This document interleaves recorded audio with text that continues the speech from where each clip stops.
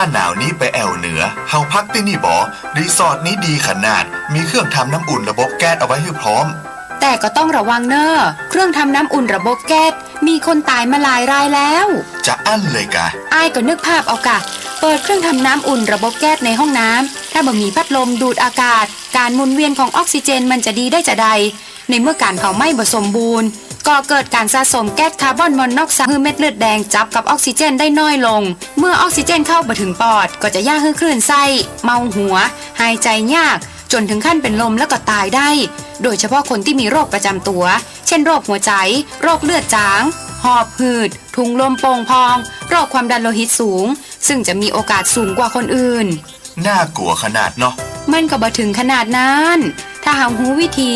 คือถ้าอาบน้ำด้วยเครื่องทำน้ำอุ่นระบบแก๊สบอดี้อาบเกิน10นาทีจะต้องเปิดพัดลมระบายอากาศหรือให้อากาศถ่ายเทได้ดีอันนี้ก็จะช่วยได้นักถ้าหมู่เฮาแค่หูข้อมูลเพิ่มเติมโทรสอบถามได้ตีกลุ่มสื่อสารความเสี่ยงและพัฒนาพฤติกรรมสุขภาพสำนักงานป้องกันควบคุมโรคที่1เชียงใหม่053-140-774-6หรือสายด่วน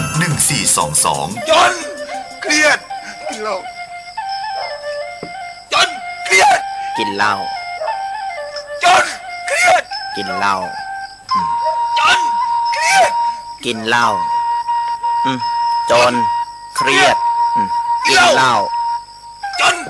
เครียดกินเหล้าก็เลยยิ่งก็เลิกสิเหล้าอ่ะจนเลิกเหล้าเลิกจน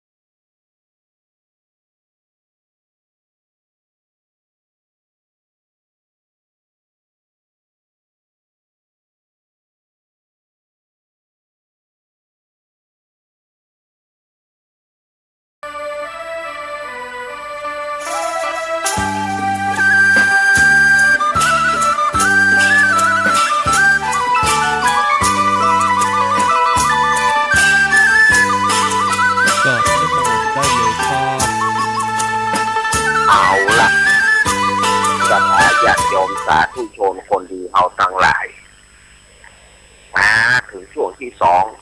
ของรายการสัพเพเหระปกิณกะธรรมะพรรุ่งกระแจง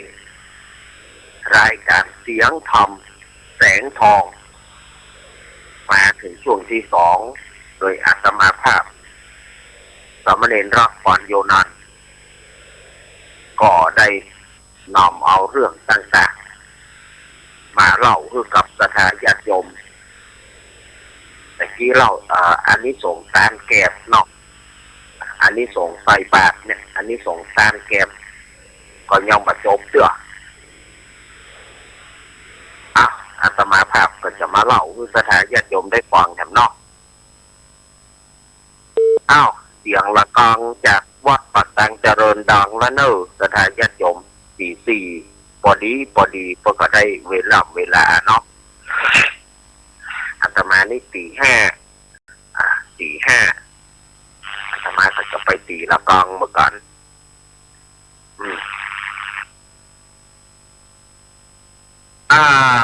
ตะกี้ได้เล่ามาถึงไหนเล่ามาถึงว่าทุกเจ้าตั้งหลายรวมถึงพระเนนก็ปากันล้อทุกเจ้ารูปนั้นตุปีเฮ้ยท่านเฮ้ยเกิดมาตึงเตื้อจะได้เป็นหมูก็เมียนอนท่านนอกฉันเก็บเนอะตุปีหมูเขาก็ลือกันว่าเฮ้ยเปิดไปต่างๆนานาก็ทำเพื่อโคนเฮาในเมื่อมันบ่ได้อย่างอ่านเนาะมันก็โคตรพ่องตู้เจ้าลูกนั้นก็จะเทไปเนอก็กลัวว่าจะเสียบุญของละอ่อนก็เลยกึศใจว่าไปถึงวัดก่อนไปถึงวัดเดี๋ยวจะเปิดปากแล้วก็จะเอาไปเทให้ป่ากินจะไปเทในอ่างป่าปุ่นในหนองสาระปุ่นเอกะละอ่อนหาโยมก็ดีพระเนนก็ดีก็ป้ากันล้อเลียนไปบอกไปเปล่าก็เปิดแหมตาฮะทุกปีกินแกบเนอะทุกปีกินแกบเนอะก็ทำเพื่อพระรูปนั้นน่ะก็รู้สึกอายมาถึงวัดก็ตั้งใจว่ามาถึงวัดก็ไปที่โฮงฉันนะไปถึงวัดพระเชตวันนี่นะก็ไปที่โฮงฉันก็ตั้งใจว่าจะเอาเข้าไปเอาแกบไปขว้างนั่นนะบอกกองว่าเปิดบาตรมันพลิกแพลงมันกลับกลายเป็นข้าวสวยวะสถานญาติโยมแกบที่ในบาตรนั่นนะกลับกลายเป็นข้าวสวยหอมฟุ้งไปทั่วเมืองสาวัตถีหอมฟุ้งไปทั่วเมืองสาวัตถีแล้วก่อนยังบัดใจตะอันหอมขึ้นไปถึงสวรรค์จันดาวดึงจันทายาอินพวกนะดูข้าวสวยนี่นะหอมไปถึงเจ้าบ้านเจ้าเมืองก็แปลกใจว่าเนี่ยอย่างหอมเข้าที่ไหนมาเข้าสวยอย่ามาหอมแต่หอมว่า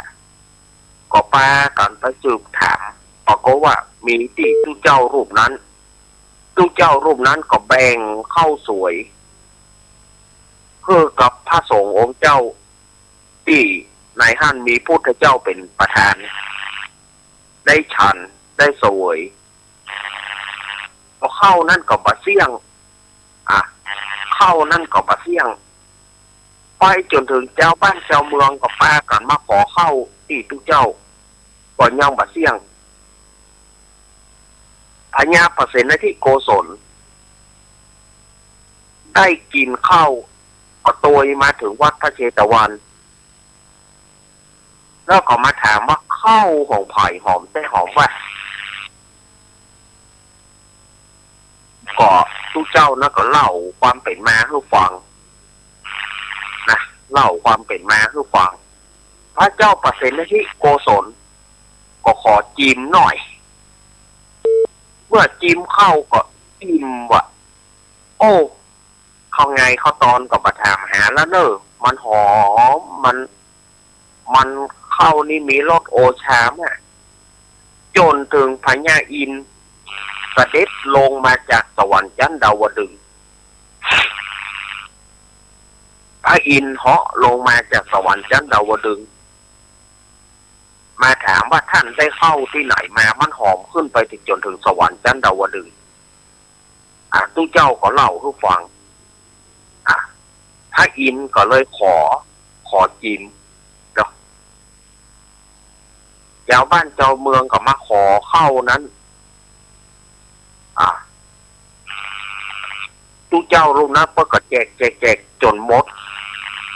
จนหมดบรรดาตู้เจ้าภายในที่เพียบเปิ่นน่ะก็บอกมันเป็นไปได้อย่างไรนี่ก็หันกับหูกับตานี่ว่ามันเป็นแก้บแต่มันกลายไปข้าวสวยได้อย่าได้ข้าวสวยนี่หอมไปจนถึงทั่วบ้านทั่วเมืองแล้วหอมไปถึงสวรรค์ชั้นฟ้ามันเป็นไปได้จะได้หรือก็ปากันโจทย์ขาดปากันโจทย์ขาดว่าข้าวนี่หอมแต่เนอส่วนไฟละอ่อนเมื่อเล่นไก่แล้วก็อยากกินข้าว เมื่อไก่แล้วเล่นไก่แล้วก็มันขวายแล้วลูกตะวันขวายละก็อยากกินข้าวเมื่ออยากกินข้าวก็ไปบ้านแม่มีอย่างกินพ่องบอกว่าแม่ของแต่ละคนเนี่ยประดาลูกมากินอย่างนี้เล่นบักกุ้มบักช่วยการช่วยงานเนี่ยสักอย่างแจ้งมาก็ไปเล่นแจ้งมาก็ไปเล่นหิวเข้าก็ปากันมาย่อมบอกไปกินซอกกินบ้านไอเสนากะพุ่นไปซอกกินบ้านไอเสนากะพวกอะมาซอกกินอย่างนี้โอ้พ่อแม่นี่ก็ใจให้ใจดำไปหน่อยเนาะ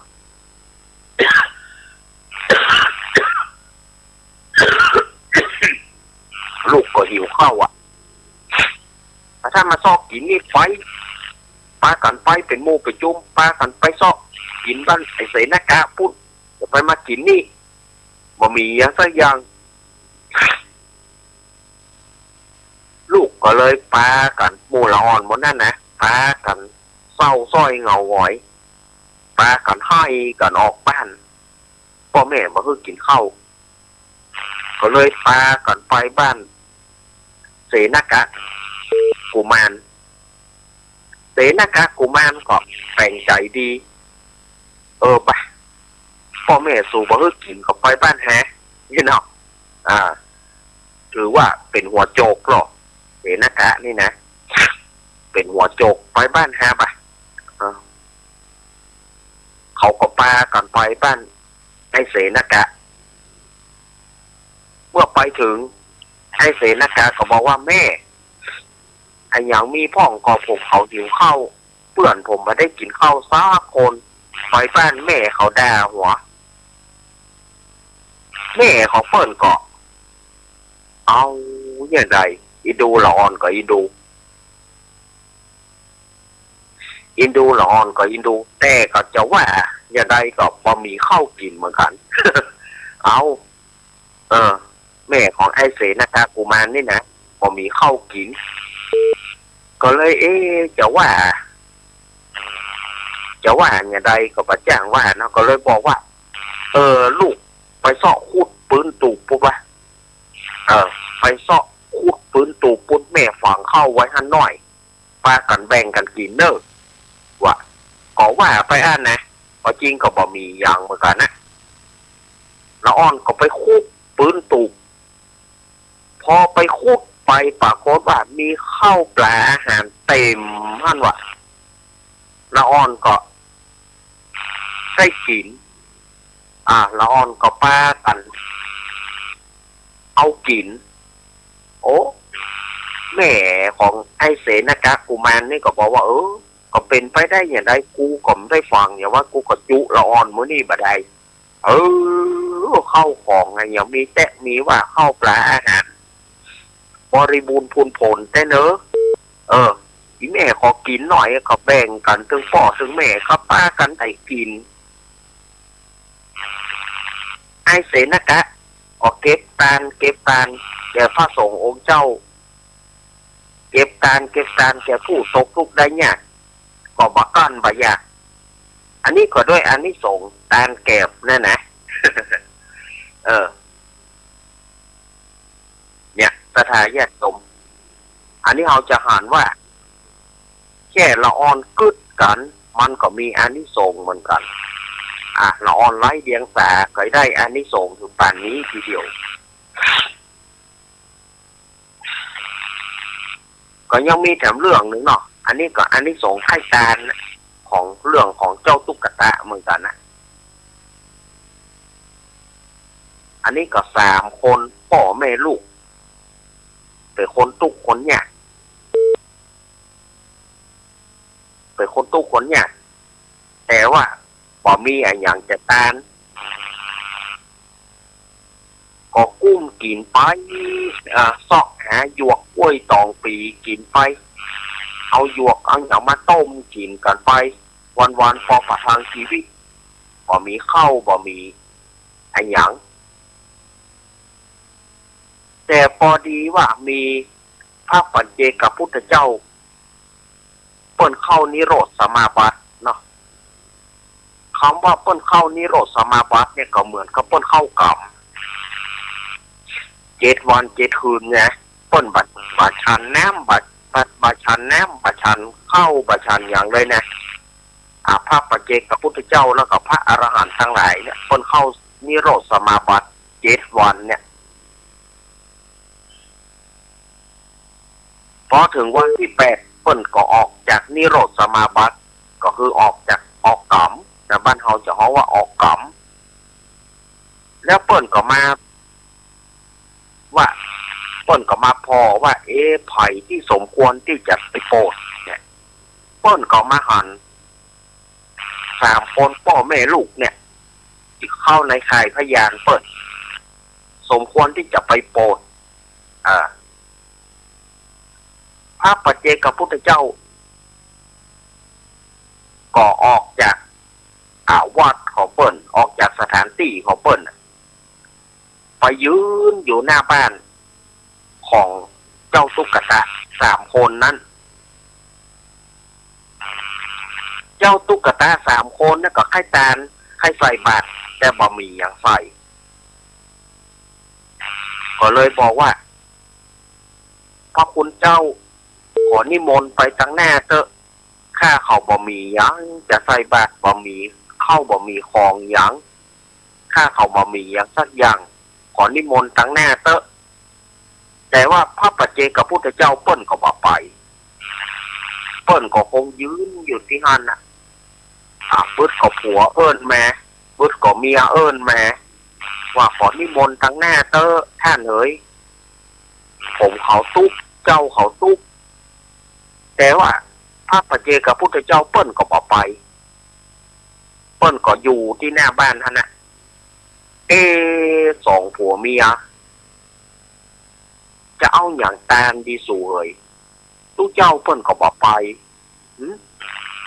เปิ้นก็บ่ไปทางใดเปิ้นก็ยืนสงบเงียบอยู่ที่หน้าบ้านท่านน่ะว่าอย่างใดเปิ้นก็บ่ไปที่นี่ฝ่ายพ่อมันผู้เป็นพ่อก็กึดใจว่ากูจะฆ่าลูกกูจะเอาต้มแกงตาลก็มั้งว่าแล้วก็เปียมีดจะฆ่าลูกเพื่อจะเอาชิ้นลูกมาต้มแกง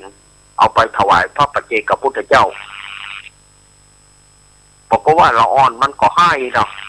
พ่อเฮ้ยจะไปยังไอ้เนอะพ่อเฮ้ยจะไปยังไอ้เลยนะเมียมันก็เข้าขวางเมียมันก็เข้าขวางจะไปยังลูกจะไปยังลูกพ่อมันก็ฆ่ามาได้เมื่อพ่อมันฆ่ามาได้ก็เหลียวพอตู้เจ้าก็คือพระปัจเจกพุทธเจ้าเนี่ยก็ยังมีท่านอยู่เมียมันก็ไม่สู้ฆ่ามาได้แกสู้ฆ่ามาได้ข้าจะฆ่าลูกฆ่าไม่เอาแกงวันนี้เอาแกงแน่นอนเอาแกงเพื่อว่าจะเอาใส่บาตรพระปัจเจกพุทธเจ้า ลูกมันก็หวานแข้งหวานขายอีแม่จะไปเนี่ยคืออายเนออีแม่จะไปเนี่ยคืออายเนอแม่มันก็ซ้ำเนี่ยมาได้ใจอ่อนนะมั้งเนาะเนี่ยใดแค่การก็แค่การสู้เจ้าก็บอกไปทางใดสู้เจ้าก็ยืนเนี่ยพันอ่ะสูกึดใจได้ละเอาลูกไปมัดไว้กับจอมปลวกกันที่จอมปลวกกันมีงูเห่าตัวหนึ่งมันจะมีฮั่นนะเขาเพื่องูโคบลูกเขาแล้วเขาจะเอาลูกเขาต้มแกงใส่ปากสู้เจ้าว่าแล้วกับปลากันล่าลูกนะลูกก็ให้ไว้ไวๆปลากันล่าลูกไปที่หลังบ้านเอาไปมัดไว้กับจอมปลวกเพื่อให้งูมาโคบลูกสถาญาติโยมจะไปวิจารณ์ด้วยนะเจ้าพ่องก็อาจจะว่าเนาะเหงาตายอย่างนี้จะไปฟังวิจารณ์เรื่องกับเดี๋ยวฟังเหตุผลก่อนว่าพระปัจเจกพุทธเจ้าเปิ้ลนี่อย่างต่อไปก็เปิ้ลหานว่าเปิ้ลจะโพด2 ครอบครัวเปิ้ลจะโพดครอบครัวเนี่ยเปิ้ลจึงบอกไปทางใดและส่วนคนที่ไข้ตาลเนี่ยมันไข้ตาลนี่นะอันนี้ว่ากับไปอีกก่อนส่วนว่าเจ้ากุมารหรือว่าละอ่อนนะก็ให้ไว้ไวๆงูเห่ามันได้ยินนี่งูเห่าที่อยู่ในจอมปลวกนี่นะมันได้ยินเสียงละอ่อนให้มันก็ออกมาจะมาคบละอ่อน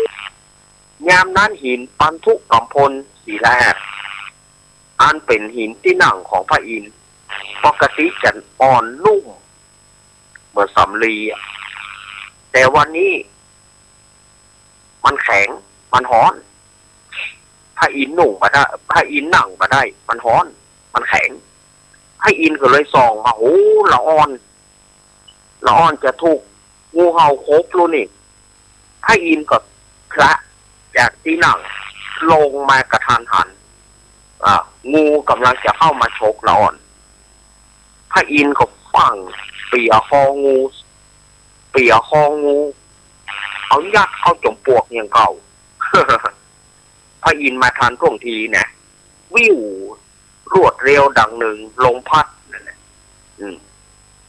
มาถึงกับเปียคองูยัดเข้าจมปลวกอย่างเก่าไปมึงอย่าเข้ามามึงอย่าออกมาพระอินทร์เปียงูได้กับยัดเข้าจมปลวกงูจมปลวกแล้วก็แก้มัดละอ่อนแล้วก็บอกว่าลูกเอ๋ยเจ้าปลอดภัยแล้วนะตาจะมอบเกี้ยวคือแกนหนึ่งเจ้าจงเอาเกี้ยวนี้ไปเนอะละอ่อนมันก็ให้โดยกระถามว่าเกี้ยวอย่างตานะมันเป็นเกี้ยวที่มีค่ากันแล้วกันเจ้าบ่ต้องถามตาละไปโล่นไปบ้านไปละอ่อนมันก็ดีใจเมื่อละอ่อนมันดีใจมากก็พ่อแม่ไอหลอดมาแล้วมีตาช่วยไอไว้มีตาช่วยไอไว้นี่จะน้องละอ่อนมันโล่นพอมันโล่นไปก็ปรากฏว่ามันก็โล่นสปีดอย่างโวยนะปรากฏว่าละอ่อนนั่นเต้า โล่นสูดแหงเนาะพอโล่นสูดแหงก็ปรากฏว่ามันเต้าเมื่อเต้าแล้วก็ปรากฏว่าแก้วนั้นแตกกระจายเมื่อแก้วนั้นแตกกระจายกลายเป็นข้าวกลายเป็นอาหารกลายเป็นข้าวน้ำกลายเป็นสิ่งทุกอย่างเต็มบ้านเต็มจองพ่อละอ่อนแม่ละอ่อนหันย่านก็แก้วนั้นแตกกลายเป็นข้าวเป็นอะไรอย่างต่างๆเป็นขนมเป็นอะไรอย่างต่างๆก็เลยเอาใส่บาตรพระปัจเจกพุทธเจ้าใส่บาตรพระปัจเจกพุทธเจ้าแล้วก็สร้างฐานะตัวเก่าเป็นมหาเศรษฐีมั่งมีในที่สุดก็ได้เป็นมหาเศรษฐีมั่งมีแก้วแหวนเงินทองเต็มบ้านเต็มจอง อันนี้อันนี้สงส์ตาลนะสถาญาติโยมพระอินทร์ก็เอาเกี้ยวจ่วยละอ่อนมันหล่นเขาบอกว่าเกี้ยวมันแตก อันเนี้ยอันนี้สงส์ที่ญาติโยมเขาพอประหันอันนี้สงส์การตาลให้ตาลได้เนอะเนี่ยอาตมาก็เอามาเล่าคือสถาญาติโยมได้ฟังกันในวันนี้เนาะ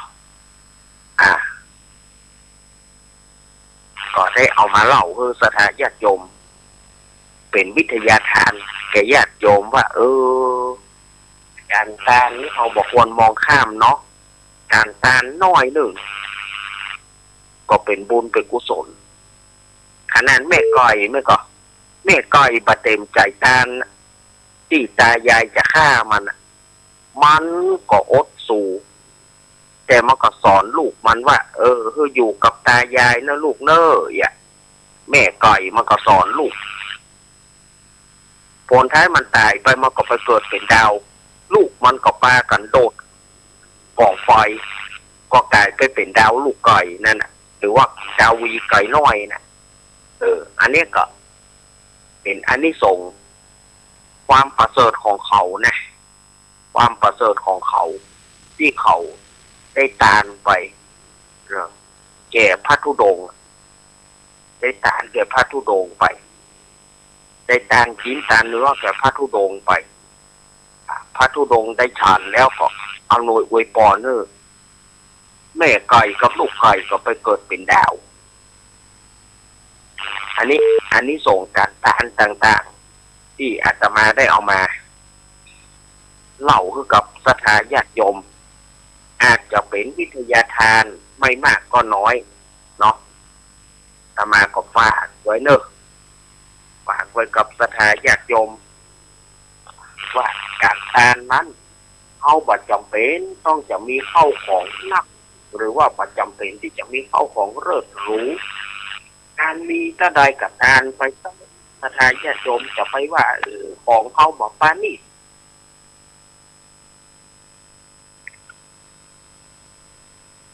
ของเฮาบอกปานนี่ของเฮามันบอกมีค่ามันมีค่าน้อยแล้วไปหัวเปิ้นว่าหัวเปิ้นบอกเอาอย่างนี้อีน่ะเฮาจะไปดูถูกของเฮามันน้อยแต่มันมากค่าด้วยน้ำใจ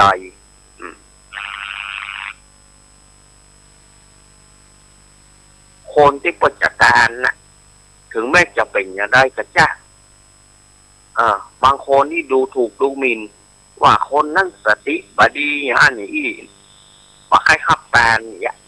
รังเกียจรังงอนเนี่ยอาตมาเคยยกตัวอย่างให้สถานจัดยมลุงเบนนี่นะลุงเบนนี่เป็นคนเวียงหนองร่องเนี่ยแต่เปิ้ลเป็นคนสุโขทัยแต่เปิ้ลมาเอาเมียที่บ้านเวียงหนองร่องแกจะออกจากบ้องหน่อยคนใดก็ประคับของตาลแกมักจะตาลน้ำแข็งตาลก๋วยเตี๋ยวแล้วมักจะมาหาตมานะ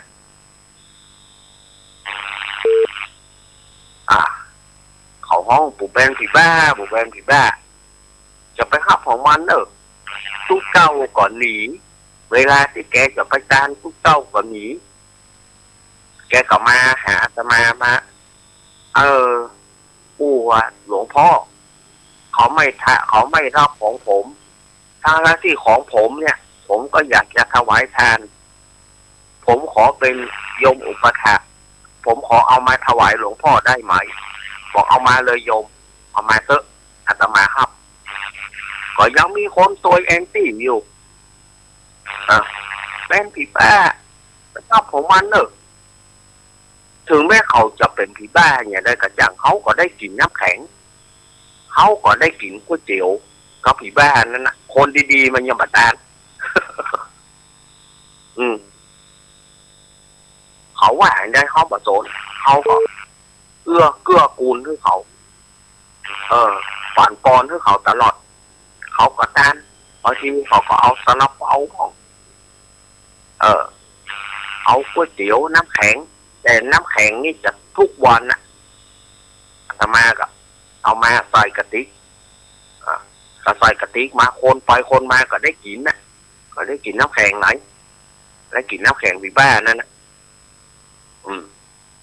คนดีๆก็ว่าเขาเปิดว่าเขาเปิดเขาก็บาตานเขาก็ว่าเขาเปิดแต่เป็นพี่บ้านะฮับนะ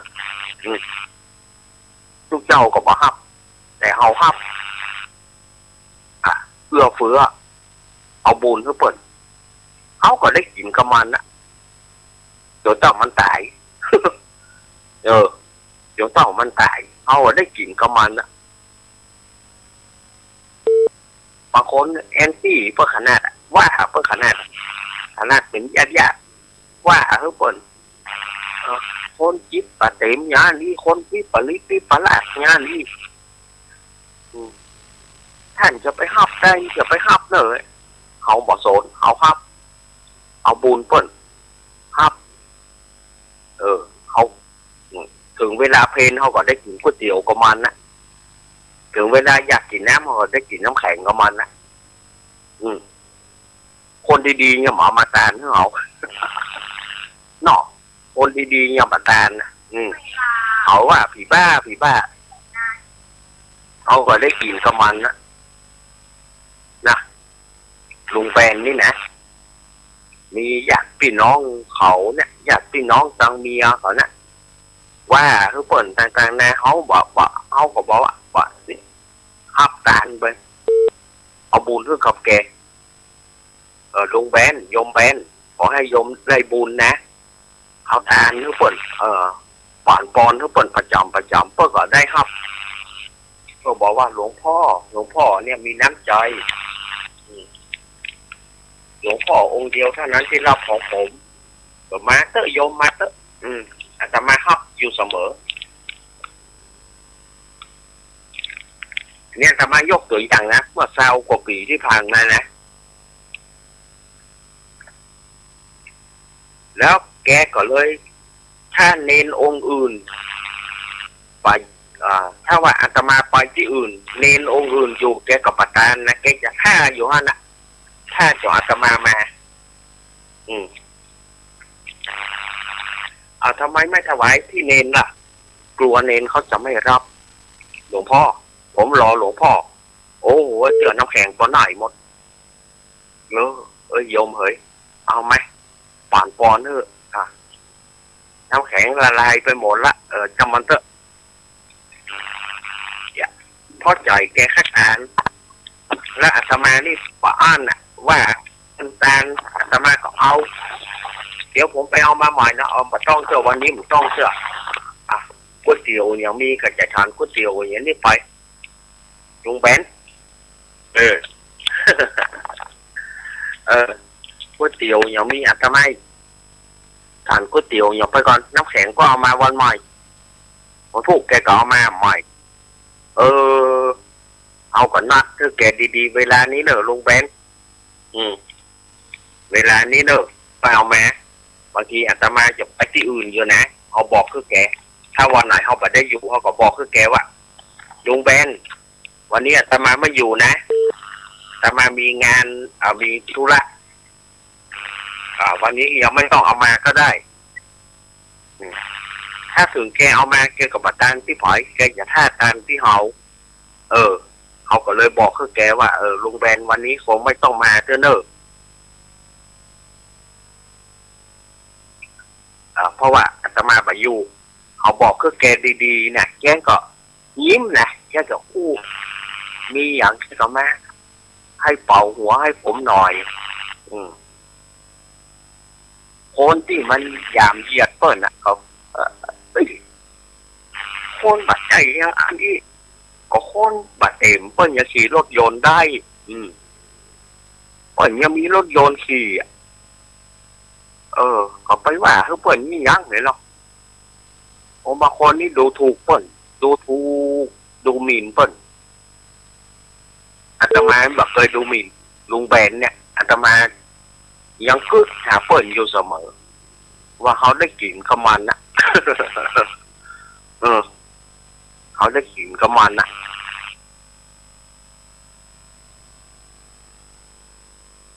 เขาได้กินกับมันเขาก็อุทิศบุญให้ตัวนะถึงวันนี่นะถ้าอาตมาก็ใจได้ก็อุทิศบุญให้ลุงแบนตัว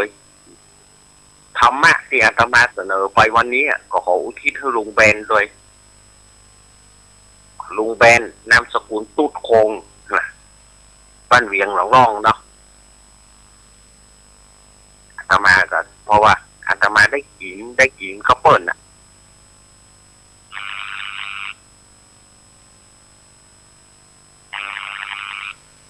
ถึงพยาว่ามันบดีก็ช่างเถอะเนี่ยเขาได้กินกับมันนะเขาก็พอใจละเพื่อให้ตานคนดีๆไม่ย่ำตาน คนดีๆเขาย่ำตานลูกเขาบะตานลูกคนดีๆเขาบ่เคยตานน่ะเขาว่าคนบ้าก็คนบ้าคนอย่างตานเนี่ยคนดีๆเขาย่ำตานอันนั้นเขาฮับติ๊กมาลุงเบนมาอันนี้รถเข้ามาเนี่ยเดี๋ยวเอาลองขับเขาลองจ่ายมันพอนะเขาลองจ่ายมันพอเน้นไปถามเน้นน่ะหลวงพ่ออยู่ไหมเนี่ยนะหลวงพ่อไม่อยู่เอาหลวงพ่อจะมากี่โมงเขารับฟังนะหลวงพ่อจะมากี่โมงไม่ใช่อะไรน้ำแข็งมันจะละลายเดี๋ยวเน้นเขาก็แกล้งเอาใส่กระติกก่อนไหมลุงเบนไม่ผมมันยังไม่ได้พรเลยผมไม่ได้พรถ้ามันละลายก็ให้มันละลายไปหมดเลยจะเอาออกมาว่าไงลุงเบนก็เน้นบอกว่าหลวงพ่อไม่อยู่ไม่ใช่เหรออาตมานัดเอาเองว่าจะลองใจลุงเบนดูว่าลุงเบนจะจิตใจมั่นคงไหมผมต้องมั่นคงอยู่แล้วผมจะตั้งใจถวายหลวงพ่อผมไม่ถวายองค์อื่น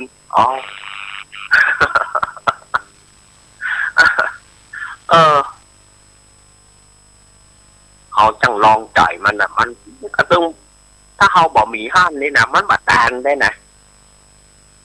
เน้นขอกระติกไปห้องไว้ห้านกระจ่างเถอะว่าอย่าเอาใส่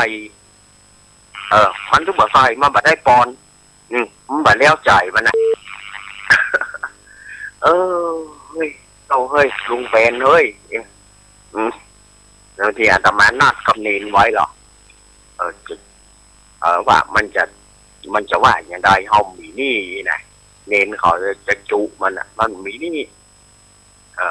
มันจะว่าจุเพราะไผ่เฮาเนี่ยนัดกันลองใจมัน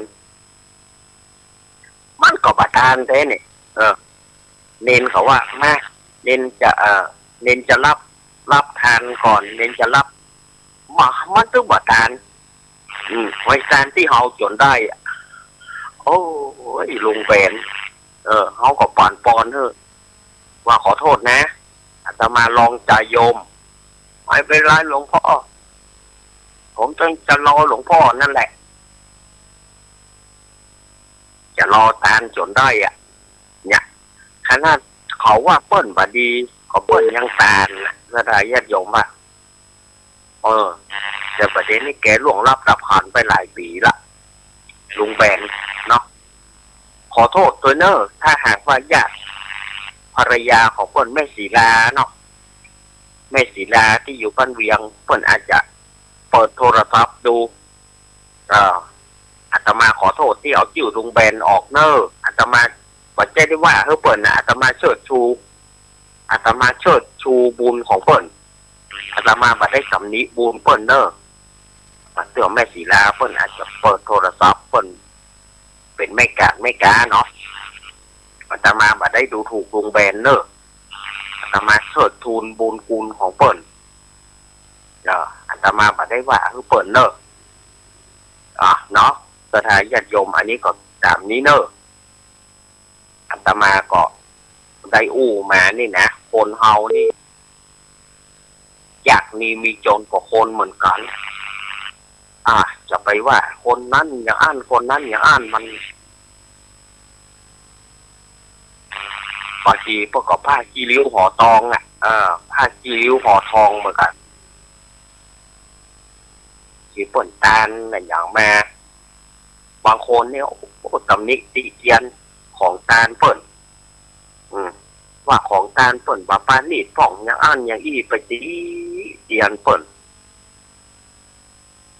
บางคนนี่มีแต่ละไปเตียนเปิ่นขอเนาะโยมเนาะจะไปตีไปตายไหนจ้าเปิ่นเจอเปิ่นมีจะได้เปิ่นตาลน่ะก็ดีที่สุดละ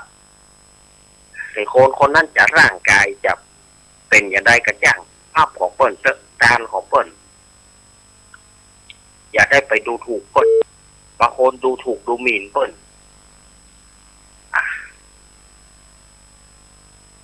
นี่อาตมาท่านนี่อย่าเอาเรื่องนี้มาอู้อาตมาเทิดทูนคุณของเปิ่นที่เปิ่นตาลมาเนี่ยอาตมาชอบใจในการตาลอาตมาชอบใจในการตาลของเปิ่นเขาว่าเปิ่นบดีแต่เปิ่นก็ยังฮื้อตาลนะคนดีๆยังบอกฮื้อตาลเนาะอาตมาก็ได้อู้จากสถานญาติโยมนะก็เดี๋ยวอาตมาจะเปิดสายให้เลยสถานญาติโยมเนอะอยากจะมาจะเปิดสายให้นักๆหน่อยวันนี้เวลาอาตมาปะเลอะก็อู้กันไปมันก็ง่อมไปเนาะอู้กันไปก็ง่อมบอกตอนนี้ก็4:37 นาทีอาตมาจะได้วางสายคือสถานญาติโยมได้โทรกันเต็มที่หน่อยเนาะฝ่ายที่จะโทรเข้ามาได้เลยเนอะ083761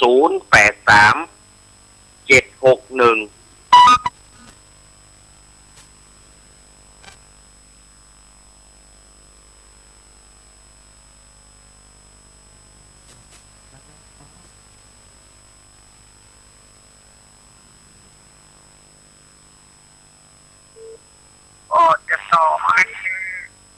ธรรมอาจารย์หรือจะพูดเปิดเจ้าเนาะเอาว่าไปเจ้าหรือจะสามกันนะเจ้าเป็นมาหางานโดยดีผู้ชนที่อันดนถึง2 ล้านเจ้าป้าผู้สมใจอะไรเปิดเจ้าข้างตาเจ้าตาเข่าเป็นเดินไทยคันนี้ขยาคันใจคันตะไคร้ลูกเก่า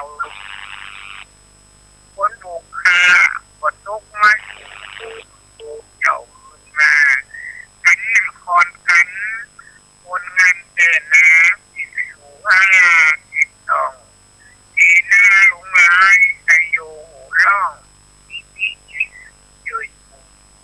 ที่องค์กันเท้ากับหัวคนที่หน้าบุคคลตากันดินที่สนุกของคนของดินของขับบรรลิขับเองจ่อยทันใดมาถึงเวใจเรียบร้อยมีวุ้นหาเกี่ยวทุกคำดินหลักกันนะเกี่ยวจิตประการถึงดูในวังตรงกันเก่าโดยให้หนูรับไม่ได้บูรณาเขาทำเล็กหักสาวเลยเจ้าทำหมาหาจานยายได้เราดูหน้าที่เจ้าก็จงได้เจ้าเวลาอ่านข่าวจำนำวัฒนะเป็นลุงตามอธิษฐานของนางมายาทาสีเดินนางมายาทาสีอธิษฐานว่ายัตถะ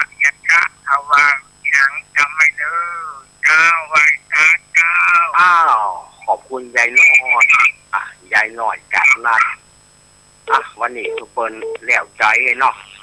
เอาสถานญาติโยมมาไหนตุ๊ดตะกี้มา0837611775เอามาเลยตะกี้ตะกี้สายเข้าจัดหลายสายเจริญปอน ติดแล้วเนอะ อีใครเธอ ติดแล้วยายพรว่าไงยายพร ฟังเจ้าตอนนึงรับไปฮะ ตอนหนึ่งรับไปเหรอ ถ้าตอนสองนี่ รับก็รับมาหนังรายการมันนั้นแต่ก็ ยังเนี่ยยังฟังรู้รับ มันเป็นช่วงที่มันกำลังรับม่วนน่ะ แล้วแกมันนายโมมาเชื่อไปฉากรับ มันกำลังม่วนเนาะยายพรเนาะ ตอนนั้นเนี่ย ครับ วันมันไปรับเนี่ยแล้วก็รับคืออย่างเนี่ย มันกำลังหมอกม่วนเนาะมันหมอกม่วน อาการมันต่อเนี่ย เริ่ม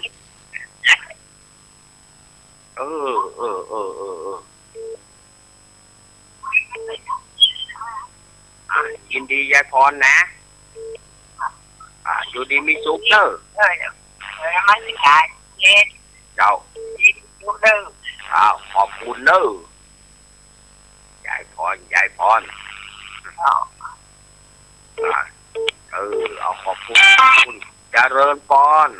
ขอบคุณยายพองข้างกับแปลงวัดเหมือนกันนะครับ ตามคำหลวงตา โอ้ยบ้านวันอาจารย์ผมคนจริงกันเนาะ ครับ กันจะมาแล้วเนี่ย ครับ มาวันครับ ครับนมัสการครับหลวงตาเมื่อคืนนี้เจ็บคอมากๆเจริญพร เอาตัวนี้คนใหญ่จะได้ฟังความของเนาะ แม่พิสมัย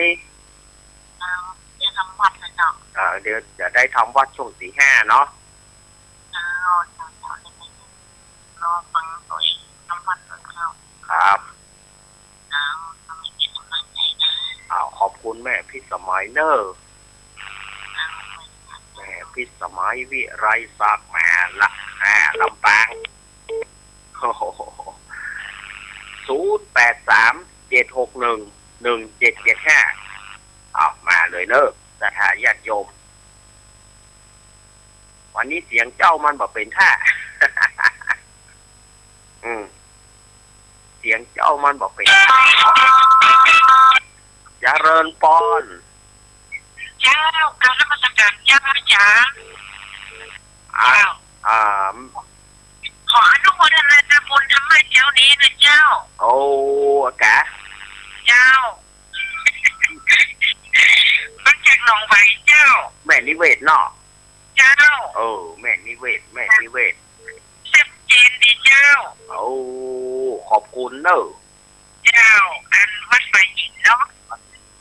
วัดไปหิน เจ้า เป็นกำลังใจกันเลยเจ้า ขอบคุณเนอะแม่เนอะ เจ้ากับสาธุเจ้า สาธุแม่นิเวศแม่อารีเจริญพร แกไม่ได้เจ้าลูกเอ๋ แม่สีทอน เจ้าเป็นที่นอนฟังลูกเอ๋ตั้งแต่เช้าแล้วนะเป็น2 ชั่วโมงวันนี้เข้าไป2 ชั่วโมงเลยนะ วันนี้บัดได้ นะ วันนี้บัดได้ ฝนมันตกแล้วเนาะหยุดตกแล้วเนาะ แต่มันก็ขลึงอยู่นะ โอ้มันจะมีแล้วมันไปทางใต้มันไปอีสานหมดละ มันก็ขลึงอยู่เก่า แต่ว่ามันประมาณตั้งเฮาบัดได้ เจ้าฟังอยู่เด้อชัดเจนดีเจ้าแดนดินถิ่นล้านนา แดนดินถิ่นล้านนา เจ้าไว้สาเจ้า ดินเนอร์แม่สีทอน แม่สีทอนเปรมจิตเนี่ยสถานยม วันนี้ยังดีนะ วันนี้อาตมาก็พออู้ได้นะแต่คืนนี้อาตมาอู้บ่ได้เลยเนอะมันเจ็บคอแต่ว่าเมื่อค่ำก็จัดมาได้ เจ็บคอพอตรงก็เสียงถ้าไปอู้แล้วก็มันจะอายคือเปิ่นตัวไอตัวหยังตัวมันเป็นจะรำคาญเพิ่นเนาะมีอยู่ก็เนี่ย โทรเข้ามาเนอะ0837611775เอาโทรเข้ามาเนอะสถานญาติโยมอยู่จุดไหนตั้งใดก็โทรเข้ามาโอ้แม่พรป่าเศร้าเนี่ยตื่นหรือยังปอลงพงป่าสร้าง โอ้มขึ้นได้ปะกันนอปอลงพงโอ้คืนนิ่มไว้เฮ้ยเจ็บคอเฮ้ยคืนนี่คอแต่แตกแต่แตนคือใดอ่ะคืนน่ะโอ้ยอู่ผมออกโอ้กระจัดไปก่อนมันจะรับข้านเปิดเนาะคืนขอลาอาจารย์สมัครผมคืนไว้คืนนี่ก็ปะกันเนอะเจริญปอน มันจากเจ้า จากทางใดแม่ มันสมบูรณ์เมื่อไหร โอ้แม่สมบูรณ์บ้านไร่ศิลาทอง ทางเจ้า แม่สมบูรณ์ว่าจะได้หา ทางก็ฟังเสียงตัดเส้นนี้ฟังแต่ฟังเหนือผมที่เห็นว่าผมก่อนหน้าเสียงตัดเส้นผมเนี่ย ชัดเจนเนาะเออ อาจารย์สบายดีป่ะ ก็ยังว่านะถึงได้อู้นั่นนะแต่คืนนี่ก็จักก็ได้เจ็บคอวันนี้ก็ยังปอถูถ่ายนะเอาน้ำฮ้อนไว้ข้างนี่จิบน้ำฮ้อนไปตัวนี่ รักแค่ให้เอาก็ที่ ขอบคุณนะแม่เนอ เราไม่ได้ ขอบคุณเนอเจ้าอยู่ดีมีสุขเนอเจ้า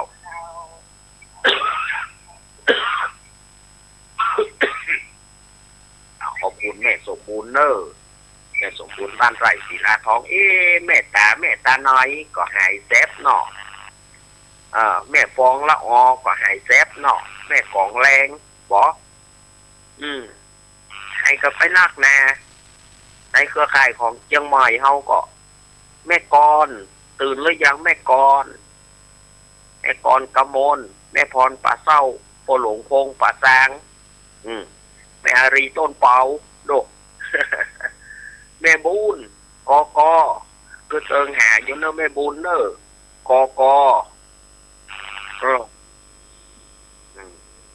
ปอกกำนันลุยด้วยเปิดเลิกเตียงคืนถ้าประตื่นจะกล้าหา ใครจะโทรมาโทรมาได้อยู่เนอะ0837611775 0837611775ศรัทธาญาติโยม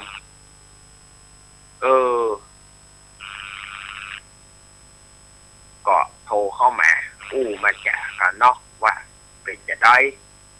ฟังจากที่ไหนนี่นะป่อบุญตาลปลาไร่ลูกระหว่างหาป่อบุญตาล ป่อบุญตาลก็เติงหาอยู่เนอะป่อบุญตาลเนอะ5-6 ธันวาก็มาเอาปล่อยหลวงไปเนอะป่อบุญตาลสันเมืองไปนะไม่เอาปล่อยหลวงเนอะป่อครูก็จะมา ป่อครูก็จะมาหรอกวันนั้นกันละป่อครูก็จะมาเหมือนกันไปเอี่ยวหากันเนอะป่อบุญตาลเนอะ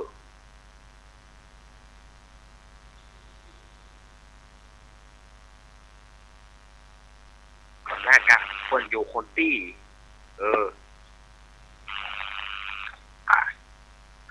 มีไหนเหี่ยมดโทรเข้ามาเนอะ0837611775ศรัทธาญาติโยมเผยมาศรัทธาญาติโยมอยู่ที่ไหนจังใดโทรเข้ามาเนอะโทรเข้ามามาจากกัน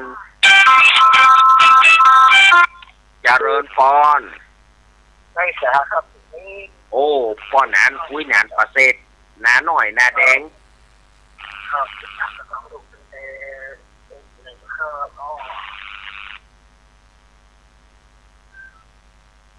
วิ อุ้ยนานว่าจะได้ฮะ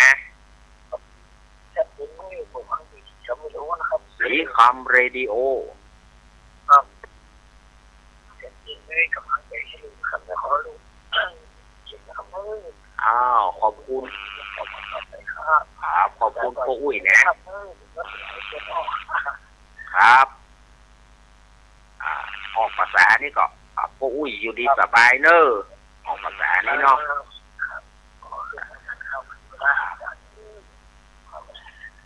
ยินดีอุ้ยหนานประเสริฐเด้ออุ้ยหนานประเสริฐนาน้อยนาแดงวันฮือลูกหลานจะไปทานกับเข้าเนอะ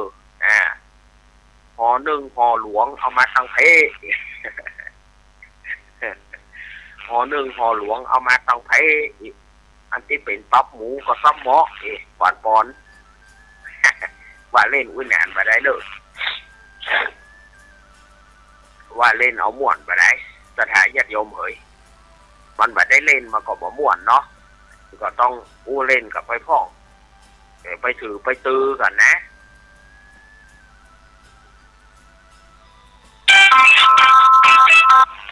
เจริญปอนต้นเจ้าเนี่ยนะ อ๋อแม่สุทัศน์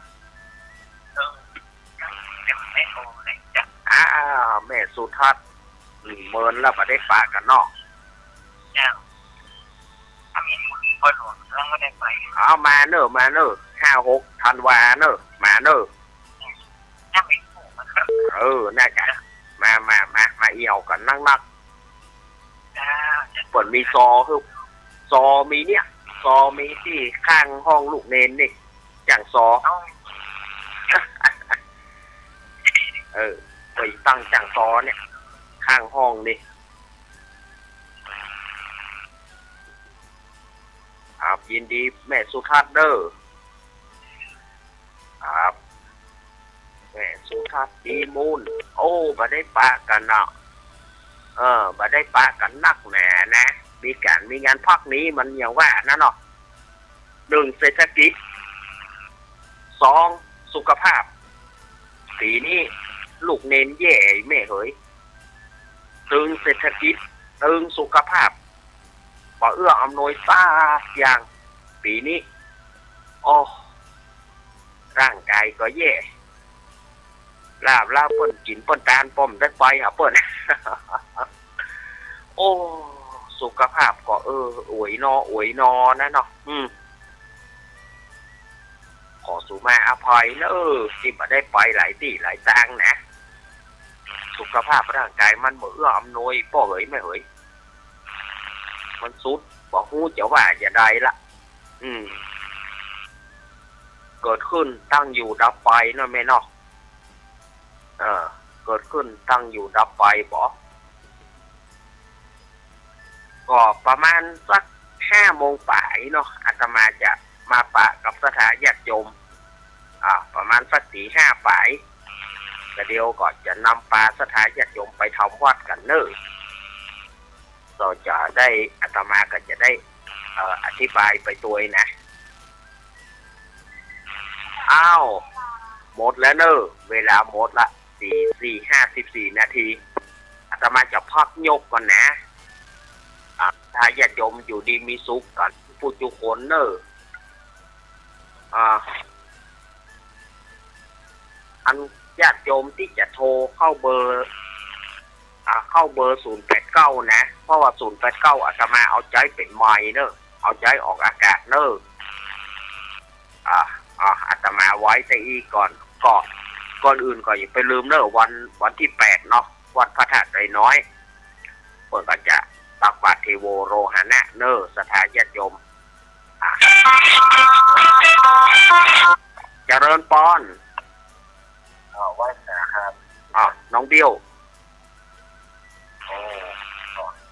ก็ผ่านครับ ขอบคุณพอเลยเนี่ยน้ำฮ้อนก็มีตัวเนี่ยเนอะขอบคุณน้องเบี้ยวเนอะเวลาหมดพอดีเนาะสุแม่ ขอบคุณ น้ น้ อ อง ง เบี้ยว เบลนักๆด้วยครับน้องบัตรสื่อนักๆนะครับ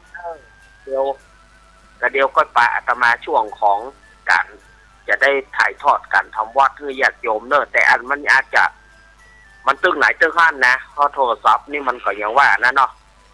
มันเท่าตามอายุมันเฮ้ยถ้ามันตึกไหนก็ตึกห้านนะเนอะอย่าใดก็สถานญาติโยมอยู่ดีมีสุขกันเนอะก็เดี๋ยวก็ปากันเนอะขอเจริญพร